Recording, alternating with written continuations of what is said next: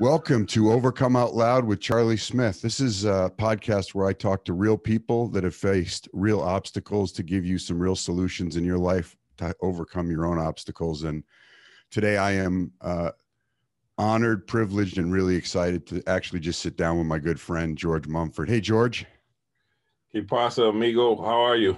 I'm doing great, thanks. For those of you that don't know, George Mumford is best known internationally as the Performance Whisperer. He is the author of The Mindful Athlete, Secrets to Pure Performance, and has sat courtside for and been involved in, I think, 8 NBA championships. He is an international public speaker, an author. He created the Mindful Athlete course online. This last year, he's been amazingly producing At Home with George during COVID, providing incredible messages for us. And if you follow me, I've shared them often to help give people hope during times of uncertainty. He is a, firm believer in the eye of the hurricane, that calm in the middle of chaos, which he helps a lot of people to achieve. He's been a mentor and an older brother and really just a dear friend to me. And we're going to dig in today. So with that introduction, man, how are you doing? I'm good, man. I'm good. And I just had this idea that it would be good if you will indulge me a little bit and to actually start this program with a moment of silence for all of the sick and suffering substance abuse, as well as the over 400,000 folks that died because of COVID and just people suffering in general. I just want to have a kind of a moment of silence to acknowledge that. Let's do that. I'll let you lead us through it. Okay, so it's just a matter of just being in the body, being in the breath, just feeling ourselves sitting and breathing in and breathing out, and just recollecting, remembering, or sending prayers and blessings to all of those families, 400,000 families, as well as all the families that are experiencing some form of substance abuse or just suffering. And so just beginning with a shout out to them.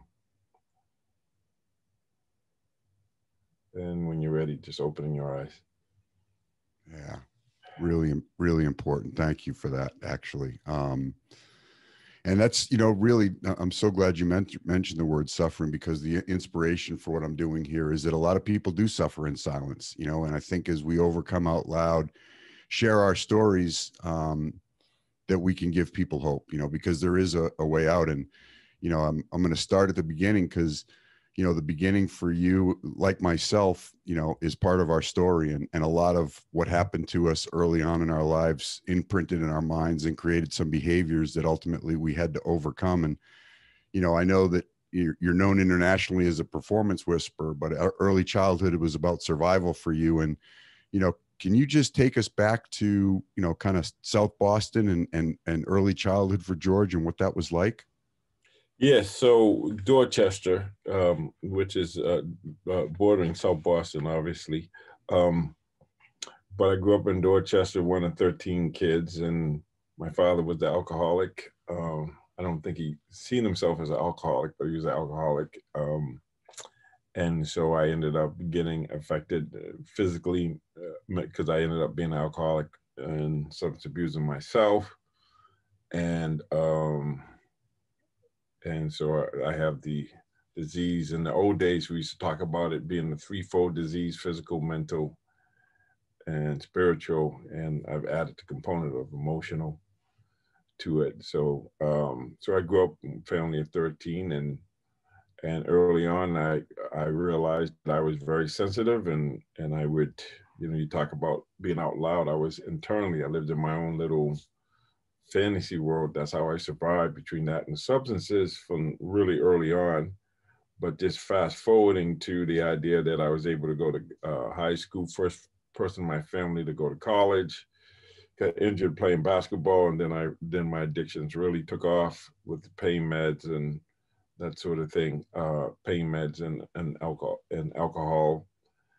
And then at some point, I was able to function. I was a functioning substance abuser, and then it got too bad, where I hit bottom. As you know, we talk about the elevator philosophy is, you can get off any floor. All you need to know is that you're moving towards the basement or the bottom, and you don't have to get to the sub basement to get off. I got off pretty close to the basement, not quite. I didn't lose everything, but I know I was going in the wrong direction, and I was too tired to continue doing what I was doing, and not having the will to stop. And so a friend of mine, actually, just to get into it, a friend of mine came by on April Fool's Day, 1984, took me to my first AA meeting. And at that time, even before I went to the meeting, just the fact that someone I used to get high with was no longer getting high, and he was clean and sober, and took me to this meeting.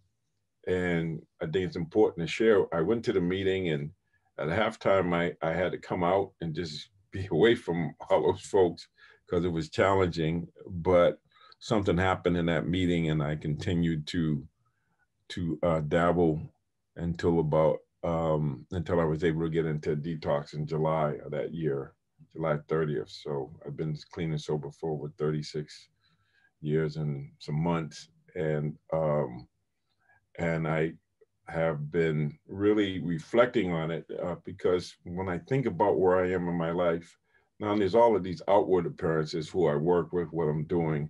But for me, what is really important is that I actually feel, in spite of everything that's going on, I actually feel more excited and enthusiastic about life, about my life now than I ever have, because I continue to live in a certain way. And that is, to think about, and people know I've worked with Phil Jackson for almost 3 decades, and he was famous for running the triangle offense. And for me, I was reflecting with Charlie this morning. I run the triangle offense since that first day in recovery, and that is, I can pull out one of my, I think I have it here, one of my medallions, and it's a triangle. That's my triangle offense: is recovery, unity, and service. One day at a time. That's right. So that's my thing. So just really an understanding and thinking about it, and just watching the whole inauguration and everything. And I found it fascinating that President Biden started off the day by going to church. So our intentions are important. Yeah, that's not unlike what I did and what I've been doing every morning. You gotta connect to the power source. You do. And George, when you were young, I think one of the things that people that are suffering are dealing with is how dark it gets, and it keeps getting dark, and it almost seems like there's no way out. How you and I both have talked about kind of the contrast of the double life that we led, and how that contributes to suffering. I mean, that was part of your existence, right? I mean, you were, I think, I'm not going to take words right out of your mouth, but I think it was like, cooling the gang at night, and financial analyst, Joe College during the day, right?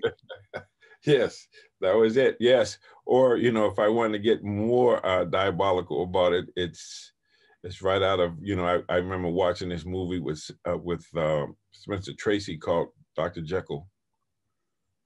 Yeah, Dr. Jekyll and Mr. Hyde. So I was Dr. Jekyll during the day and Mr. Hyde at night. Mr. Hyde, I don't remember this, but when I watched it recently, talk about darkness, talk about animal, talk about this unbridled rage and anger and just darkness. That was it. And so it's just interesting to think about it that way. And I think I talked about it last week in some form or fashion, where I talk about darkness as the absence of light, the way to look at it. So that there's always light. And so where there's darkness, there's light, and where there's light, there's darkness. But bringing light to it, or consciousness, awareness, enables me to take personal responsibility for how I am reacting or responding to my life. And I think that was the biggest thing for me. And we talked about a little bit, is not only the 12-step recovery, but this idea of the how, the honesty, open-mindedness, and willingness, and how important that was and is for my recovery and for my quality of life, to be able to be honest about things. So I talk about this idea of embracing the pain, the frustration, the anger, whatever it is, in terms of addictions or in terms of challenges or problems, whatever you want to look at, how you want to look at it. We have to embrace that and at the same time generate the hope. So that having the honesty to say, yes, this is happening. Yes, I just was disrespectful or whatever, or I was mean, or maybe not as loving as I could have been. And, live in the steps. I can, continue to take, personal inventory and admit when I'm wrong sooner rather than later. But if I can really catch myself before that's even better. So what's this all about? It's about being honest, being open to seeing things differently, being open to be humble, being teachable, and that's what happened to me. That's what really helped me take off, was connecting to higher power and this becoming a learner or having a growth mindset. So the honesty, the openness, and the willingness. And the willingness is huge, because willing is something we don't talk a lot about, because there's conscious willing and unconscious willing. And I'd say 90% of the willing is unconscious. And so it requires that we reflect and we get clear about what our intentions are and what we are willing to do. And what I learned about recovery, and it might help others, because I'm very intellectual on some level, but to get clean, I had to behave my way into proper thinking. So I had to become willing to do things differently. And it's a paradox. It's like the more I forget myself in service, the more I find myself. So so for me, this is really powerful. And I live the program, I live the steps. I bring other stuff into it as well, but I live the program. It's a way of life for me. It's been that way for a long time, to such a degree that I don't even know I'm doing it, because it's a habit. It's a way of being. I think it's remarkable the way you lay that down, because, one of the things that I remember you have mentioned to me on several occasions is about the young man that went into that detox, and something hit you. You had this awareness when you realized, if the same dude, as you call him, walked out of that detox and didn't change, that you were in trouble. And yes. I think change is scary for people when they're in the depths of, whether it's substance abuse or depression or anxiety or eating disorders or gambling, any kind of thing that separates us from ourselves. And we think that, we could just go ahead and change the switch ourselves. I mean, it's so hard, but we do need to change in order to get different results in our lives. And how important was it for you to embrace that change, that willingness you had to say that dude's got to change? Yes. So I believe it had to do with, so this, just talk about it just really slightly. So this is what we call explicit learning, or learning, and implicit learning, or non-declarative learning. Learning you don't even know that you're learning until it manifests. So a good example of that is, you learn how to ride a bike and you never forget it, but you can't really explain how you do it. It's just something you implicitly learn. So I believe going to getting introduced to 12-step recovery, I think there was a lot of implicit learning going on, and listening to people's experience, strength, and hope in their stories. I think by osmosis, it got clear to me that what people were saying was that they had to change their consciousness, or level of consciousness. They had to change how they're seeing things. And I just knew, once I think it was the willingness to do things, the openness, but also it was the strong desire to change my life. And it's interesting, because as you were talking about change is happening all the time. So even though I was still active, even though you said, well, you're still drinking, you're still drugging. Yeah, but everything changes, because what used to get me high don't get me high anymore. Everything is constantly changing anyway. So why not? I like to talk about this idea of, there's a wave of change that you get hit with, or you can ride the wave of change. And I think riding a wave of change has to do with understanding things are changing. I am responsible and I make choices. And if I can create space between stimulus and response, if there's no space, I can create space. Then in that space, then the program, the steps, the teachings of, it could be any wisdom literature, is showing the way or how to be in that space so that I can make more proper choices, but more importantly, how to be in that space where I let my life speak for itself, or I let myself express myself by knowing myself, being myself, finding myself, expressing myself. So it's knowing myself so I can be myself, so I can express myself, so I can share myself. So the knowing myself and being myself, I see that as being the recovery part. And then the unity is to share myself, and the community is really to begin with myself, but not to end with myself, to realize that I and the other are one. And there's two things I've just mentioned because I think they're really important and I still live by them. What I learned in recovery is if you want to keep something you have to give it away. So, and you understand that when I help another person, and we start off with helping another sick and suffering substance abuser, but I expand that to include everybody. When we do that, we're not only helping them, they're helping ourselves. So the best way to find myself is to forget myself in service. Yeah, it's a remarkable principle. And I know you live by it because I watch you live by it. And I think there's an old adage that the man on top of the mountain didn't get dropped by a helicopter. And I think, watching your life unfold, a lot of the young today get the opportunity to be mentored, and they've grown up in kind of the world of personal development. So they've got vision boards, and they've got, visualization techniques, and they've got goal writing, and they're doing a lot of things. I mean, something tells me that when you were young in South Boston, that you didn't write Performance Whisper down on some vision board up in your little desk in the house with 13 other kids. And, when you decided to change your life, and you found an opportunity to dig into not just recovery, but the practice of mindfulness. And I know you were dealing with chronic pain, and you had some pain left from some of your injuries. Where did mindfulness, set into this, and how did you let that unfold and kind of speak for itself? Because going from, a dope fiend at UMass, living with Dr. J, getting out and becoming a financial analyst, and then, I think you tell the story of how you needed some self-care time, and it turned out to be a long time, right? Mm-hmm. And so how did mindfulness come into it for you? And tell us a little bit about, because what I really encourage people to reflect on is the patience that it takes to let life evolve. That, you can have a plan of where you want to go. And even if you don't have a plan, if you start to behave, as you said, correctly, and live by certain principles, that your life will unfold for you. But I mean, you were teaching mindfulness in prisons when you first started.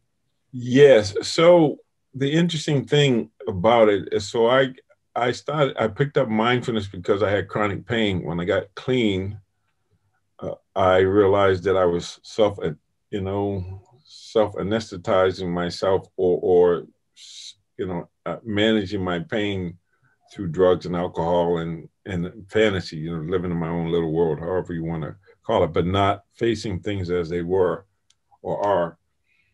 And so I knew I couldn't continue to take pain, I couldn't take pain meds like everybody else was, because my addiction doesn't know the difference between what's legal and is illegal. As long as I keep triggering that desire, that it was a problem. And I do use pain meds, and I have used them over the years, but it's a different way. I use them in a way where I'm not abusing them, but I knew that I had to find another way. That way wasn't open for me.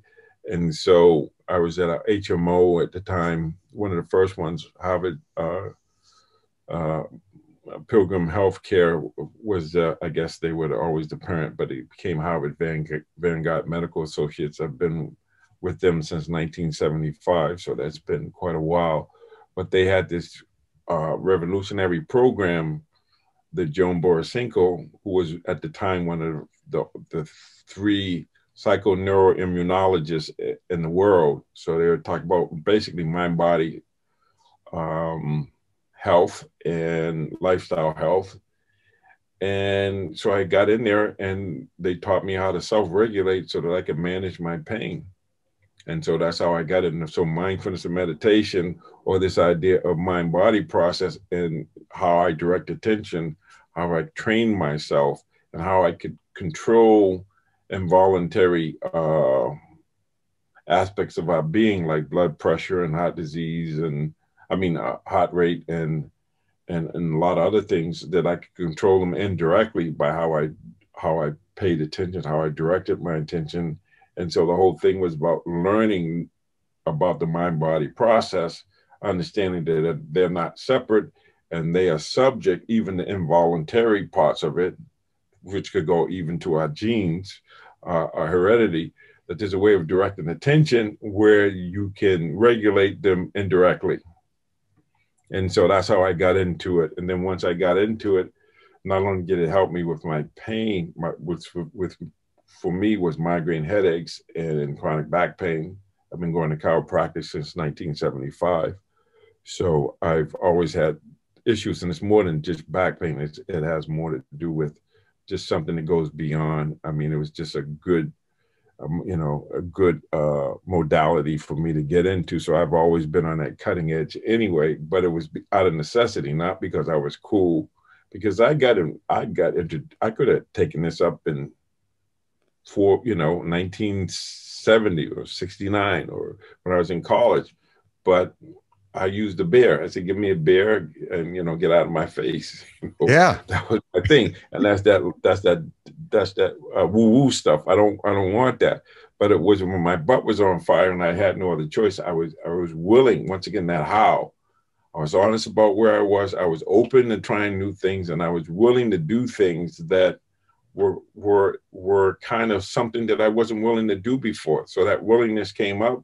And then when I tried it, not only did it work, but it enhanced my recovery, and it enhanced my quality of life, and it gave me more sense of being in control of my mind-body process and being able to assume more personal responsibility for the way I was living my life. Maybe things could happen to what happened to me and will happen to me that I can't control, but I get to choose my response or my reaction. This is a reaction.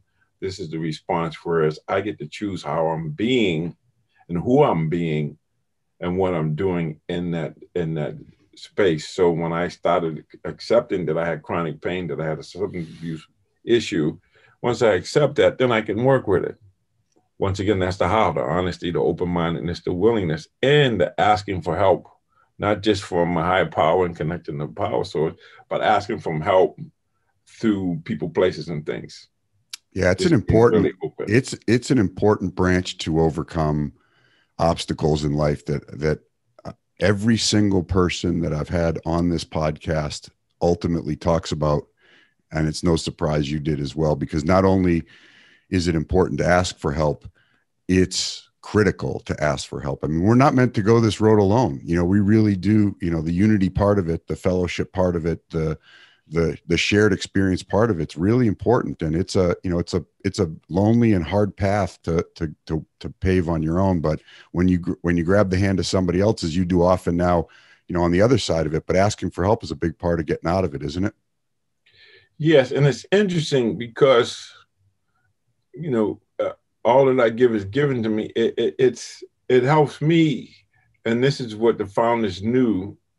Bill W. knew this, that by helping other people, we're helping ourselves, and we get beyond this illusion of separateness, and we know that I and the other are one.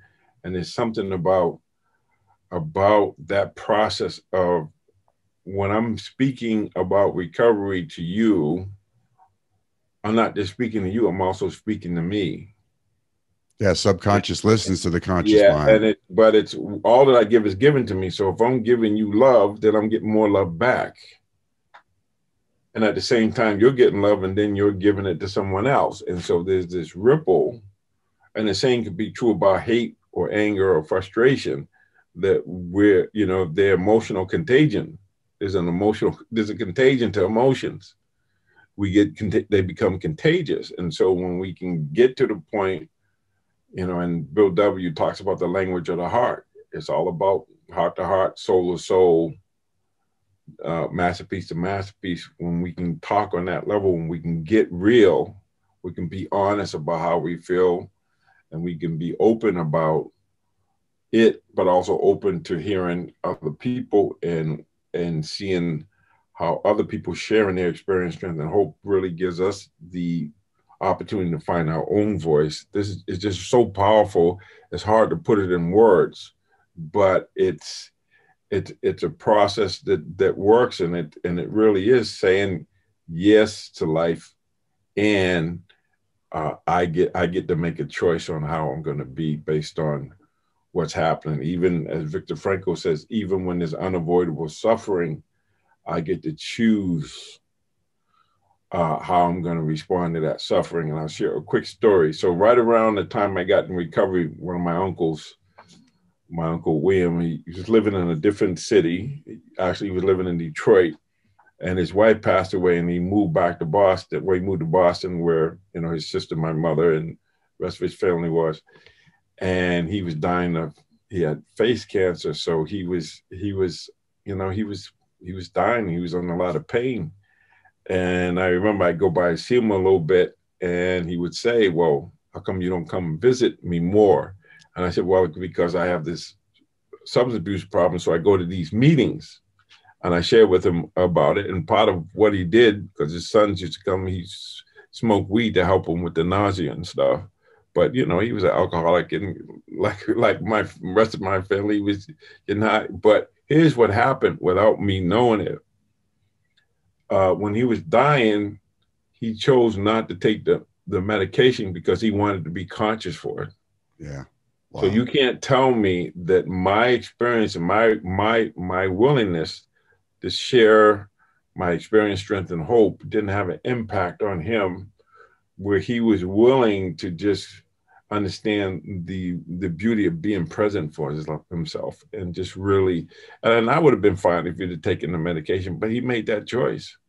Yeah, that's remarkable. And that is, being present, I think is, I often joke with you, it's like how long you've been practicing mindfulness and teaching mindfulness, and now it's all the craze. I mean, it's like the cool kids are all now doing it, and you've been doing this for a long time. How important was it for you to teach mindfulness? I know you went to some challenging places. I remember reading about teaching prisoners, who had a high level of arousal while they were incarcerated, yeah, teaching them mindfulness, and that something would come on the intercom in the in the ward or in the cell block, and they'd be able to keep their attention on you. How important was it for you to teach mindfulness to continue to grow in your practice? So there's another philosophy I have besides, if you want something, you got to give it away.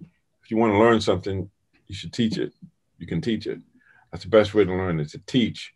And so I would have taught a squirrel if that's who I needed to talk to. And I was just talking to my friend about this, because when I had my teacher, Larry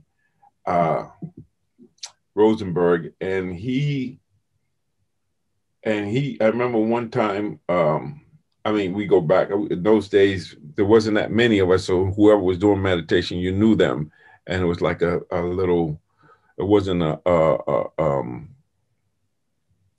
it wasn't a cult or a clique or anything. It was just like-minded people getting together. And I remember one time he said to me, "I think you should teach." And I said, "I don't want to teach." And he said, "That's why I want you to teach." Right on. And it's taken me a while. And the other thing he said to me, because he was old school, like I had observed my teacher teaching for like 6 years, even though I was still teaching, but I had this training process. But he told me no matter who asked me to teach, I was supposed to say yes. And if only one person showed up or nobody showed up, I was still supposed to teach. So all of this was about taking the onus off of me, and me teaching for me, and me being a service, me being willing to teach. So that's how I got into it. So any place that I could teach, I could teach. So it just so happens I was living in a meditation center for 6 years. The first couple of years I wasn't working, and I went and did a long-term retreat, and I came back and I looked on the bulletin board, and there was an RFP, request for proposal, from the Department of Corrections. They wanted somebody to go in and teach meditation and yoga to people in prison that were in the substance abuse unit. And there you went. And I was competing with some heavy hitters, and I ended up getting a contract. So wow. That's what happened. And also when I lived at the center, we would get requests from all different, it could be a business, it could be a school, could be a youth center. And they would ask for someone to come and teach. And that's what I did. I would go make house calls, if you will, and I would go teach. So I was teaching folks. And so to answer your question, I taught there because it was an opportunity for me to teach and to share my experience, strength, and hope. And it was interesting because when I got into the prisons and I was teaching, there were literally people in my class that I used to get high with from my neighborhood. And there you were. Really, really crazy how that came about. So I got into teaching, but once again, like I said, if you want to keep something, you got to give it away. And the best way to learn, in my experience, is to teach it. And that humility of changing your perception from I don't want to teach to I will teach. And our choices in life, they all have consequences, good and bad. And I look at the trajectory of your life from becoming a teacher, even in the prison system, to learning and practicing your craft, to becoming valuable. And, I think people are interested to hear. So when did the call come from Phil Jackson? Where were you in your life story when all of a sudden you became somebody that could serve that level of athlete? Yeah. So thank you for asking me about that. So I continued to work, and then when I quit, and once again, it was one of those encounters where I go in to meet my teacher, my weekly session, and he said to me one day, he said, "Hey," he said, "what's going on with you?" And I said, "What do you mean?" He said, "You're happy." I said, "Oh, I took a mental health day off from work." And he said, "You should make a habit of that." So anyway, what happened when I changed and I became a different me, when that happens, your relationships change. So where I was working as a financial analyst and whatever, I couldn't stay there.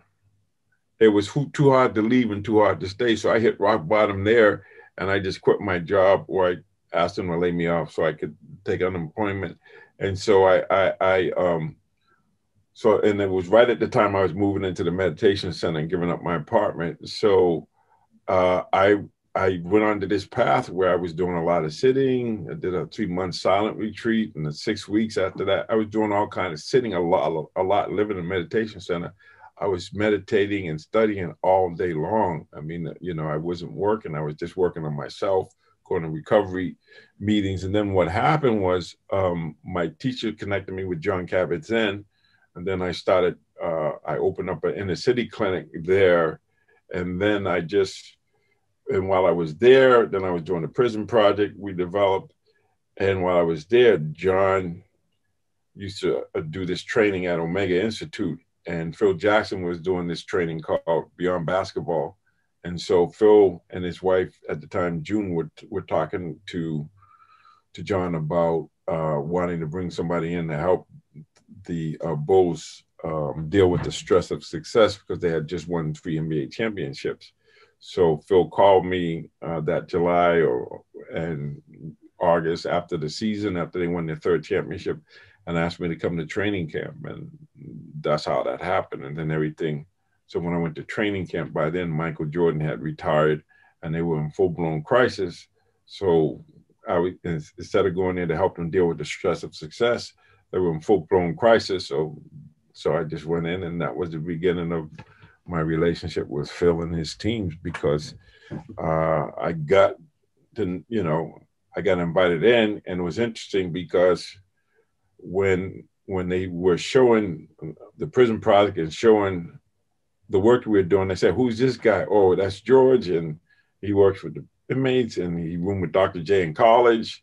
And so it was obvious that that I was the perfect guy for that endeavor. And it was interesting because I was saying to myself, okay, I'm going to teach these cats, and they just won 3 championships, and here I am coming in and working with them. And one of the things that really helped me was my recovery of just praying, turning it over, thy will is being done, thy kingdom is being restored, and just forget myself and just serve, and just go in there with just to seek to understand, just go in there and to listen, and to trust that things would work out. I'd find out. So that's, once again, being in the eye of the hurricane and going with mindfulness and wisdom or insight, and just collecting enough intelligence and really getting clear about how I can relate to these young men in a way where I can offer them this way of being that had to do it more with being in the zone of flow and showing up and high performance. And that's what usually gets people, is this idea of how can you be yourself? How can you express yourself? How can you perform or take your performance to another level? And I think it's pretty amazing that you have a coach that already won 3 championships, but he was always looking for how to support his congregation, if you will. That's right. His team. And he knew that, okay, so now you got all these people coming at you. You don't have the training for that. I need to bring somebody in to help you, because he looked at the whole person. He saw them as a body, a mind, a heart, and a soul or spirit, not as a basketball player physically, but not concerned about what they think or what they feel or their spiritual beliefs. Yeah, I've heard some of the more pronounced performance guys talk about working with athletes, and the adage that I think you brought to that was the fact that these guys didn't need to be sick to get better. They were in a state of crisis, maybe from a perception standpoint of what they were dealing with, but they had an opportunity to get better through getting to know themselves and through a practice of mindfulness, which is, as you said, getting them to be who they were. Yeah, just showing up for your life, being present. And it's interesting because, and I go through this because I have, I've been my online course, and I get a lot of coaches and people in the healthcare field, whether they're mental health or whatever.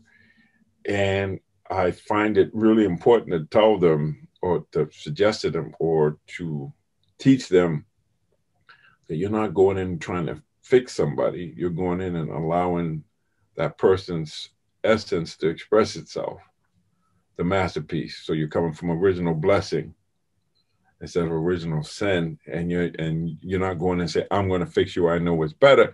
You're going in to be a service, and that's what saves me. And it saved me in that time, instead of being in the fear wolf and worrying about, well, I don't have anything to say. It was like, how can I serve? Once again, recovery, unity, service. Yeah, that story is powerful. In your book, you talk about it. In fact, sometimes when I pick up the phone, I always call you Chef Mumford, because you have a tendency to feed my good wolf. And the story of the 2 wolves is known, and it's highlighted in your book. And it really is important to identify which of those 2 wolves, the love wolf or the fear and anger wolf, that we're going to feed during the course of a day. Yes, and we get to the place where we have to have this ability to observe ourselves and see. And this is what I found in recovery. The people that really recover and sustain the recovery are the people who find the spirituality. It's a spiritual program, or in essence, it's having this idea that, okay, I have this bottle here. It's half full or half empty. So if I'm looking at the spiritual part of it, I'm seeing it as half full, even though I could see it both ways. But when you see it as half full, then you're coming from abundance, you're coming from love. If you're seeing it as half empty, then you're in the fight, flight, freeze, the fear wolf, that you're in survival mode, you're trying to fit in. And the idea is not to get out of survival mode on your heels and get into growth mode or love mode, which is to see that this is a friendly universe. This is what, there's a couple of things that what Einstein said. He said that one of the most important questions we have to ask is whether this is a friendly or unfriendly universe. And if we see it, or that's another way of saying, is the glass half full, half empty? And he's saying if we see the world as unfriendly, then we will use all our resources to deny, destroy, or to deny, destroy, or control things. You know, we're coming from survival mode, so that means fight, run, or freeze, or, you know, it's the animal realm. So he said, if you see it that way, then you're going to see yourself, anybody who's a threat, you want to kill them, you want to get rid of them, you want to ignore them, or enable them, or disable them. If you see the universe as neither friendly or unfriendly, it doesn't really matter what you do. But if you indeed see the universe as friendly, then you will align yourself with how it works. You use all your resources to align yourself with how you work, how it works, and you align. There's a lawfulness in the universe. So if you live according to those laws, then you're going to be fine. So I use this example all the time. You don't have to believe in gravity, the law of gravity, but if you jump up, you will come down. So it has nothing to do with belief. But once you understand that, once again, if you're honest about it, you're open about it, you're willing to acknowledge that, okay, that's how it is, then how do I use gravity in a way that helps me? So you might talk about Michael Jordan, Air Jordan, where he can float, stay up in the air longer to do whatever. But it might even seem like he defined gravity, or he learned how to work with gravity, or whatever. So it's understanding that. And once I understand that, then I know, like, to me, and people used to say to me, people I haven't seen in recovery for 20, 30 years, they say, oh, you're the dude that talked about connecting to higher power. Because that's what I would say. I said, start off like there's a wall socket, just plug in the power source. So I'm not getting into what your religious beliefs or anything. All I know is there's a power source, there's a font that you can connect with, that you have access to energy, the power. That's one reason why I call my book The 5 Superpowers. That's about creating your own power plant. Yeah, and it's incredible. So you plug in your own node to connect to higher power, and it's positive. I'm not talking about negative, because you could. That's why we call it right mindfulness, right concentration, right effort. Because you can have concentration, mindfulness, and effort, but it's wrong mindfulness. You could be really good. Of course, around here, you know, they even made a movie about The Town. It's known that most of the cats in the prison, they come from Charlestown, they're bank robbers. So, you know, and to be bank robber, you have to be really, you use effort, you use concentration, you use mindfulness, but it's not right, because it's not based on wholesome or doing things that move towards peace and harmony, goodwill. It's the opposite. It's coming from the fear wolf instead of coming from the love wolf, or the growth mindset. Yeah, and that expectancy theory is real, right? I mean, where your attention goes, you know, your focus goes, the energy flows, and so, you know, good begets good. You know, and if you're looking for good, you'll find good, and if you're looking for bad, you're going to find bad. You got that confirmation bias, that ego that wants to prove you're right. So, yeah, that's the energy font. They call it canalizing or whatever. When you're set with a certain tendency or habit patterns, it does that. And so I would say, I love to say, you know, if you don't know what your intention is, then follow your attention.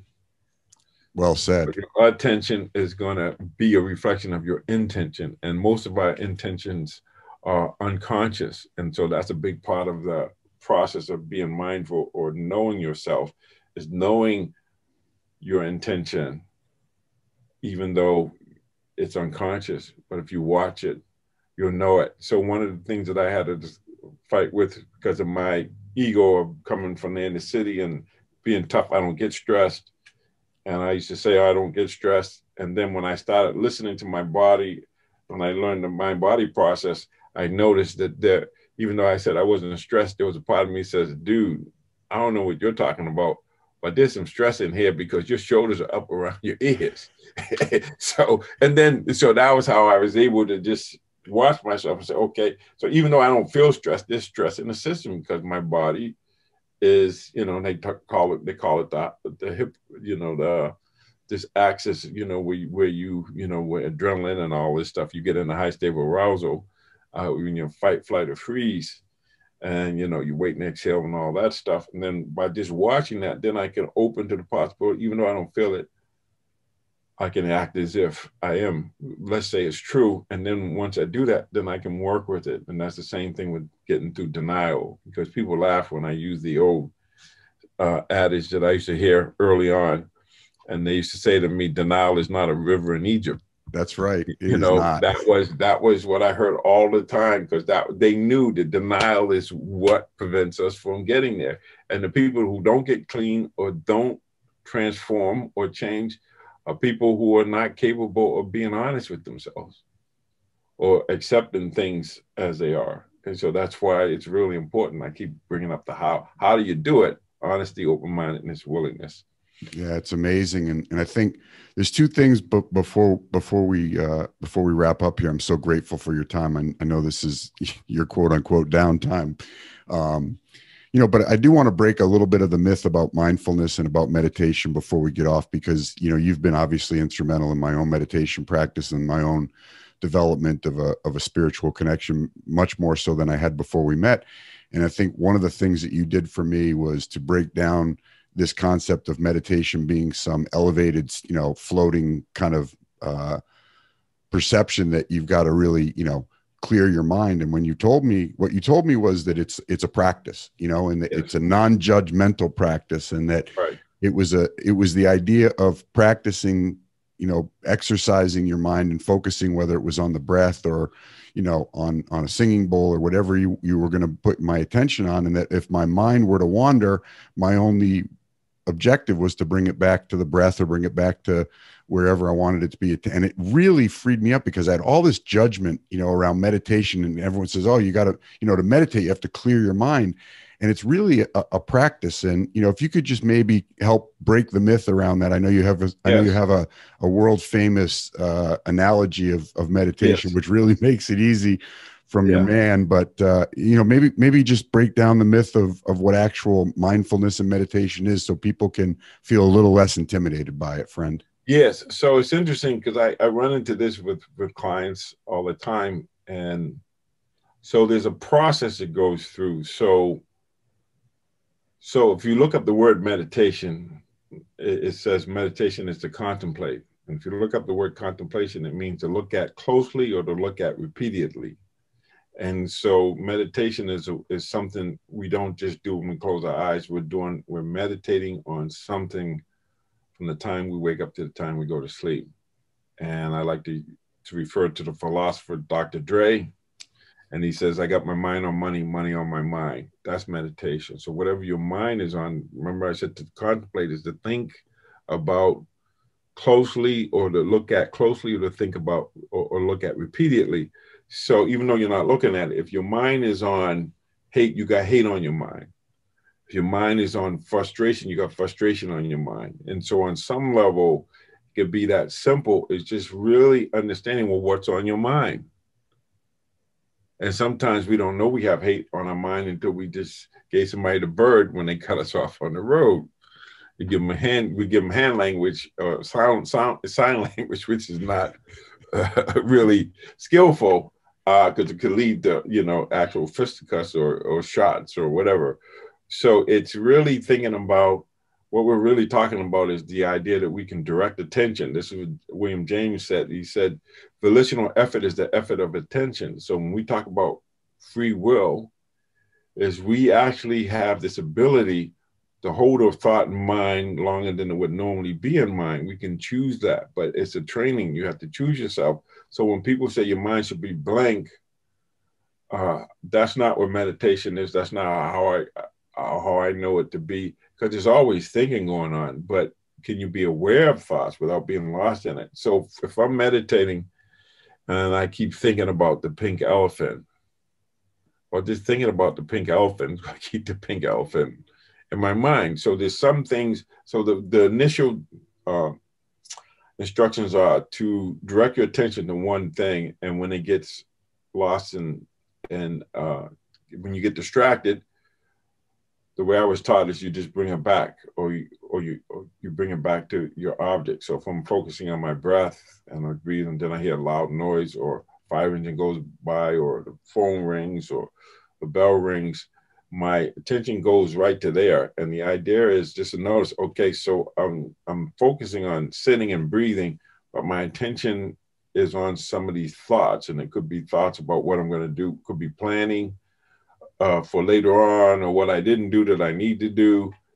And you just notice that you're thinking, and then the idea is to come back to the object. And so when I teach people how to be with the breath and the body, even if the eyes are open, you can just have a little sense of just sitting, what that feels like to sit, and to breathe, and notice that your breath is coming and going. And just by being aware of that, and then I get lost with, okay, yeah, but what about this or whatever? But what happens is we're always judging and seeing if we're doing things right. So when I ask people to just be with one object, if you spend the whole 5 minutes, 15, 20, an hour, whatever your time is, if you spend the whole time just getting distracted and then resetting, starting over again, that would be well worth your time.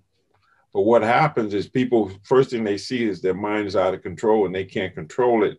And then they say, I can't do it, when in actuality, you are doing it, because normally you're walking around and you don't know your mind is not your own mind, that it's out of control. But when you sit and you start to notice it, you know it's just out of control. But that's where you have to be mindful and have the uncritical observation of just not being, or just noticing, oh, it's just like, oh, okay, so the mind is here and it's thinking about this. And so I teach people to just think about like if we just right now, and even talking, if you put your right palm on your sternum, you can feel the connection, the pressure of the palm, and you can just be with that and just feel the sensation, and that'll be your grounding principle, or the object. And when your mind wanders off the thoughts or images, if you just think about your palm, your attention goes there. Now, there's some things that are going to be taking our attention that we can't seem to not be distracted by. This is where you go to the next phase. The next phase is, so now instead of trying not to think about, like if I'm thinking about my left palm, instead of saying, okay, with the left palm, then I go back to my right palm. Then it keeps going to the left palm, and I'm at the left palm, left palm, left palm. What I can do is at some point, because it's so strong, instead of fighting it and resisting it, just make the left palm my object of awareness. See, but people say, because I can't do that, I can't do this, when in actuality, you can do it. As your relationship to it is not what's happening, it's your interpretation of what it means. So if you could just notice, oh, so my mind keeps going there, so maybe it's telling me something. Like it could be, dude, your alarm just went off, or there's smoke. You can't ignore the smoke. It's telling you something. So you got to pay attention to, well, what is this? Or what keeps pulling me? Because there's something that needs my attention. And it could be just a habit of mind, but you want to see, oh, it's a habit of mind. So when I get distracted on this hand, I can actually direct it on that and have that be the object, and ask, well, what is this? How does it feel? How is it affecting my body? So now you're being like water. You're not trying to avoid things. You're saying, okay, that's what's here. Let's deal with it. But we have to have the understanding, the right idea of what we're doing, and whether we're doing it right or not. So doing it right means, meditating means that you're going to have times when, I don't care what you do, your mind is all over the place. But you can be okay with that and just keep bringing it back. And if that's you do the whole time, there's going to be value. That is the practice. And you need to know, okay, my mind is all over the place. Then you'll start to see, why is that? Because a double-minded man is unstable in all his ways. That's what it says in the Bible. That's mindfulness. That means you're trying to do too many things. Just do the one thing. Yeah. I mean, so you get what I'm saying? So these myths about meditation and having no thinking or having a clear mind, that's bull. It's not about clear mind. But here's the interesting thing. When you just focus on the one thing, and your mind will calm down, it'll settle down, and you'll drop into the quiet. But it's not like it means you're doing it right. It just means that your mind is quiet. So no matter how your mind is, You can be okay with it. Just notice what it is and how it affects you. That's it. That's That's too damn simple. It took me decades to figure that out, but it's really simple. It just means that you just start again. So I have my iPhone, and every once in a while I have an app on here, it'll get stuck. And what I do is turn off the phone and turn it back on, and it's working. Just reset. It goes back to factory settings. We should do that too. You know, it's not working. Just even if you say, okay, I'm gonna get up, but then sit back down and start over again, you can do that. So I had a basketball player at halftime. If he had a first bad half, he'd come in, take a shower, and put on a new uniform. Reset. The reset, that's all it is. It's begin again. Okay, you make a mistake, especially if you're playing a sport, you make a mistake, you got to be able to mentally know what you need to change, and you need to forget about it and then focus on the next activity, next play. But we don't do that because we pull that like a weight. So it's like, okay, Yogi Berra had a great saying about being in the, about hitting slump. If somebody's 0 for 16 in that bat and everything. And he used to say, I ain't no slump, I just ain't hitting. So what did he mean by that? He meant that I just got to get up and just get a hit, or not even do that. Just I got to swing the bat, keep my eye on the ball. That just one at bat. Don't bring the other 16 at bats in, because now you got a 20, 30 pound weight on you, and you're trying to live through all of that instead of letting it go and just make the next play. Just act like I ain't no slump. I just need to get a hit. I just need to hit the ball. So that's your focus, is on getting a hit, getting the bat on the ball. It's that simple. But we complicate it, and we bring all of this noise and clutter so that we're not able to be present or see what's going on. So the whole idea of this process is to transform the mind, or make the mind capable of seeing clearly. And in that seeing clearly, and in that space between stimulus and response, there's a wisdom that comes out of that once we understand what's going on and who we say we are. In that space, based on our core values, based on what our intentions are, our goals, because goal setting is really important, because that we become who we are based on what the thoughts we pay attention to and the goals we set for ourselves. Yeah, I say we have those two thermostats, right? The beliefs about ourselves and then the behaviors. And the whole idea about this intentional living is to get those two thermostats to be congruent, because we can have high beliefs about ourselves, even a cockiness, but we can behave in, I think you'd call them, devious ways or ways without wisdom. What's the term you use? Unwholesome ways. Yeah. So you can have unhelpful. Yes. You can have that belief and who you think you are turned way up, but your behaviors aren't congruent, and you're going to be in conflict. Or you can act really great, but you don't believe you're really great, and you feel that imposter syndrome, and you're going to level back down to who you believe you are. So really, we talk about, you and I, a lot about just that congruency and developing those healthy core beliefs.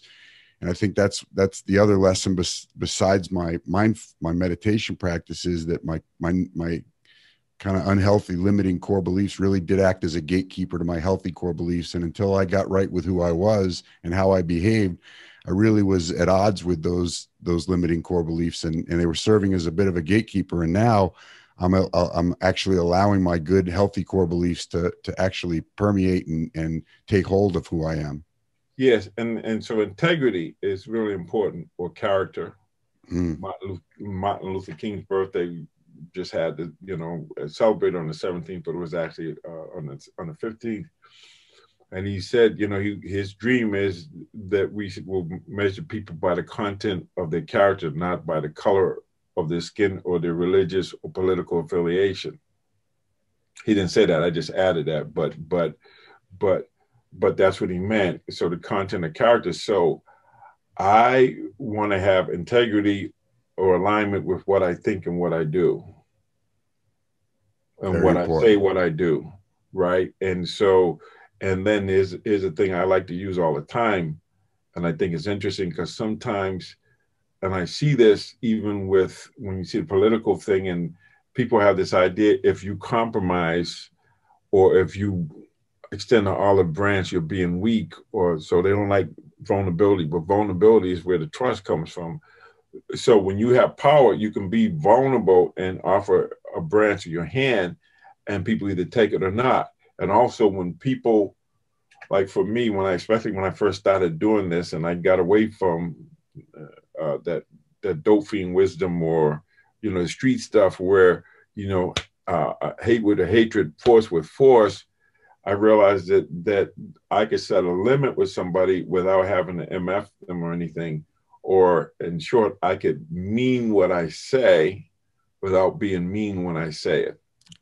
Wow. So it's like, so we have to search, because I feel like a big part of our population avoids conflict. And then sometimes when you got to draw a line in the sand and you're willing to compromise, but not when you go beyond, when you violate your principles or your values. I'm not talking opinions, I'm talking about values. Then that's a problem. So you compromise, but you compromise, but you don't violate your values. And that's why Stephen Covey talks about win, lose, lose, win, seek win-win or no deal. Well said. So you have to say, okay, so we just don't agree on this and we have to agree to disagree. But especially when you have the other party that's not interested in making a deal, they're going to hold out. And if you do lose win, then it's going to be resentment.